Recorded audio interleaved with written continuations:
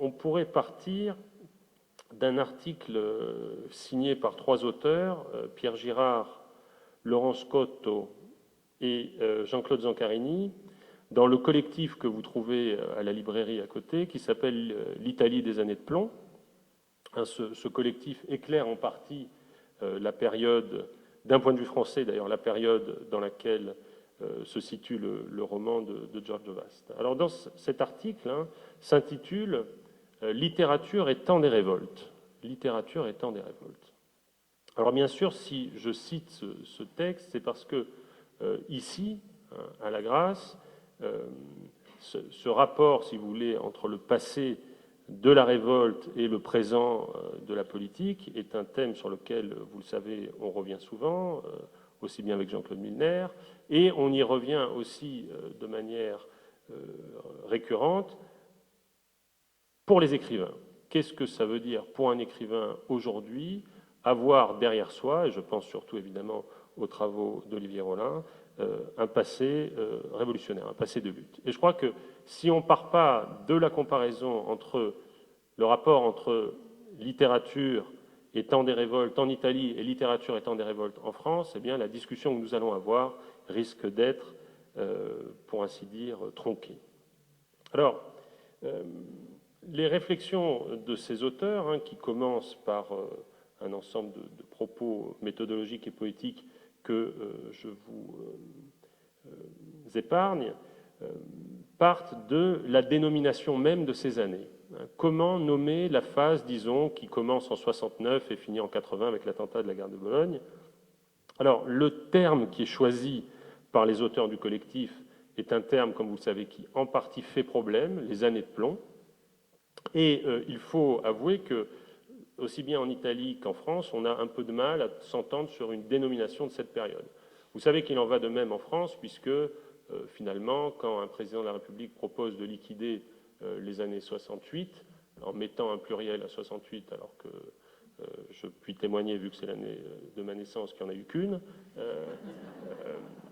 que, évidemment, on a du mal à nommer cette période, mais bon, en France, on sait bien que les années 68, ça va au moins de 68 à l'élection de Mitterrand, c'est-à-dire 13 ans, enfin bon, ça dépend. Et en Italie, comme vous le savez, la dénomination de cette période est aussi lâche, et évidemment, elle est objet d'interprétation historique, c'est-à-dire de conflits herméneutiques. Est-ce qu'il faut parler del 77? Est-ce qu'il faut parler del Maggio, les événements de mai? Est-ce qu'il faut parler des années de plomb, etc.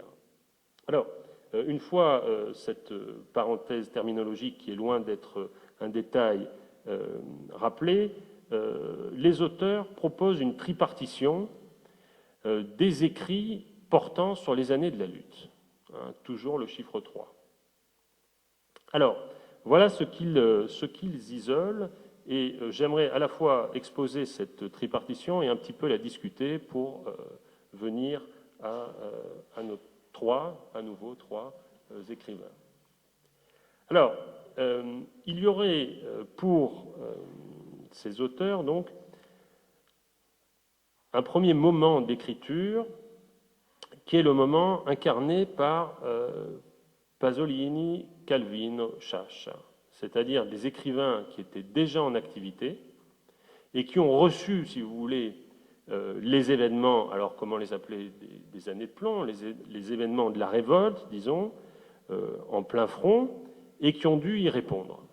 Et vous le savez, là j'extrapole par rapport à l'article, évidemment, chacun de ces trois auteurs y ont répondu de manière extrêmement diverse. Bon, bien sûr, de Pasolini, il faut rappeler au moins deux choses, et c'est un point commun avec vous, un punto comune con voi, c'est-à-dire que Pasolini a traité cette période à la fois comme journaliste, disons, comme dans une très grande intensité d'intervention dans les journaux, Corriere della Sera, etc. Et il a essayé par ailleurs de construire un grand roman sur la période, qui est toujours d'ailleurs d'actualité, par sa publication controversée, par les débats herméneutiques qu'il agite, c'est-à-dire Petrolio. Je ferai une petite remarque pour finir sur Pasolini en vous rappelant que un des articles les plus célèbres de Pasolini qui s'appelle So i nomi, je conosco i nomi, ma non le posso dire, je sais les noms, à propos justement d'un certain nombre d'exactions et d'attentats. Ce texte a une postérité littéraire tout à fait impressionnante, et il faut rappeler qu'un des derniers avatars, une des dernières réécritures de ce texte n'est rien d'autre que Gomorra de Saviano, puisque dans Gomorra de Saviano, il y a tout un chapitre qui est construit sur cette litanie renvoyée à Pasolini. Deuxième figure de cette actualité, d'écrivains qui avaient, disons, commencé leur production littéraire bien avant les années de plomb et qui ont dû réagir par rapport à elle, Calvino. Alors, on le sait, et ce n'est pas ici qu'on va y revenir, l'attitude de Calvino est une attitude extrêmement complexe et raffinée, en partie à cause de sa sortie du Parti communiste, et je dois dire mon désaccord avec les auteurs de l'article, qui considèrent qu'à partir de cette période, Calvino s'évade dans la fantaisie, et que, par exemple, les villes invisibles, les cités invisibles, seraient l'indice de cette échappée. Il faut rappeler qu'à cette époque, Calvino s'intéresse de très près à Fourier et aux utopies, et qu'il formule au contraire une conception de l'utopie d'être, disons, une utopie en poussière, comme il le dit, qui est une utopie, selon lui, beaucoup plus à même de répondre à l'actualité que les grandes utopies monolithiques, c'est son terme de l'époque. Et puis évidemment, une troisième figure qui a un type d'intervention très différent, c'est Sciascia. Sciascia, le Sciascia del Contesto, mais aussi évidemment le Sciascia qui écrit sur Moro, sur l'affaire Moro. Donc Sciascia lui aussi, qui a un rapport à l'actualité tout à fait singulier. Alors, à côté de cette première famille, disons, une deuxième famille plus composite, plus complexe, et qui n'est pas sans rappeler la situation française, disons les acteurs directs ou indirects.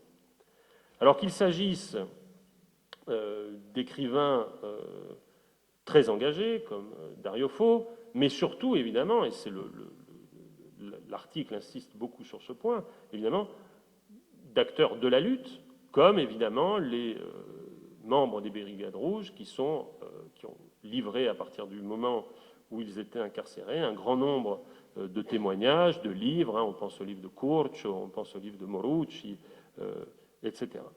Et alors, cette famille me semble nécessiter une série de commentaires. Bien sûr, on pense à Rollin, évidemment, qui appartient à cette catégorie. Il faut rappeler, me semble-t-il, que cette famille en Italie présente une caractéristique, je pense surtout à deux auteurs. Parce qu'il y a des auteurs qui ont écrit pendant cette période, qui étaient des acteurs, disons, de la lutte, comme Sofri ou Balestrini, et qui n'ont cessé depuis de revenir sur ces années. Donc leur régime d'appartenance à l'action est un régime qui lui-même est historique. Donc il faudrait distinguer entre les textes qu'ils ont écrits à l'époque et les textes d'aujourd'hui. Je reviendrai notamment dans un instant sur Sofri. Et puis, il y a une troisième famille, selon ces auteurs, qui est, disons, la famille des jeunes écrivains contemporains qui prennent les années de plomb comme objet.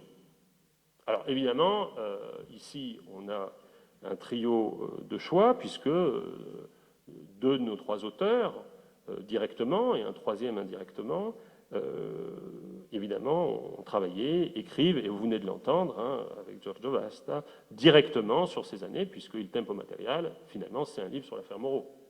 Bon.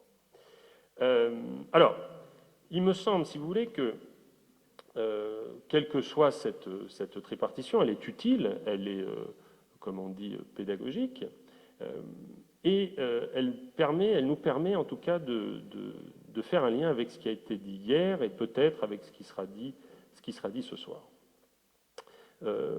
J'ai été évidemment très frappé, comme vous, en entendant la lecture de certaines pages du roman de Vasta sur Il Tempo Materiale, par la question du langage. Qu'est-ce que ça veut dire aujourd'hui se rapporter à un langage politique de la lutte? Et évidemment, dans cette parodie à la fois tendre et amusée, mais aussi très émouvante des enfants qui s'inventent un langage, eh bien, il y a une réflexion sur qu'est-ce que ça voulait dire inventer un langage pour la lutte, un langage de la lutte. Alors, il se trouve que nous avons ici l'honneur, qui n'est pas, c'est pas la première fois que nous avons cet honneur, mais il est redoublé, d'avoir Carlo Ginzburg, qui est un des grands théoriciens, hein, pas simplement du point de vue de l'historien, mais si j'ose dire aussi du point de vue de la poétique des discours, hein, qui ne cesse de s'interroger, de nous interroger avec lui sur justement ces pratiques de mélange de discours, de régime de discours, d'appartenance de discours, de citation de discours, de possibilité de prosopopée, de restitution du discours de ceux qui ne l'ont plus. Et je suis très frappé, justement, et très heureux que nous puissions tout à l'heure l'entendre. Alors, il se trouve que la technique que Zordovasta utilise, c'est une technique sur laquelle, justement, Carlo Ginzburg a écrit. C'est la technique qu'il appelle, en reprenant un terme d'un formaliste russe, l'étrangement, l'estraniamiento.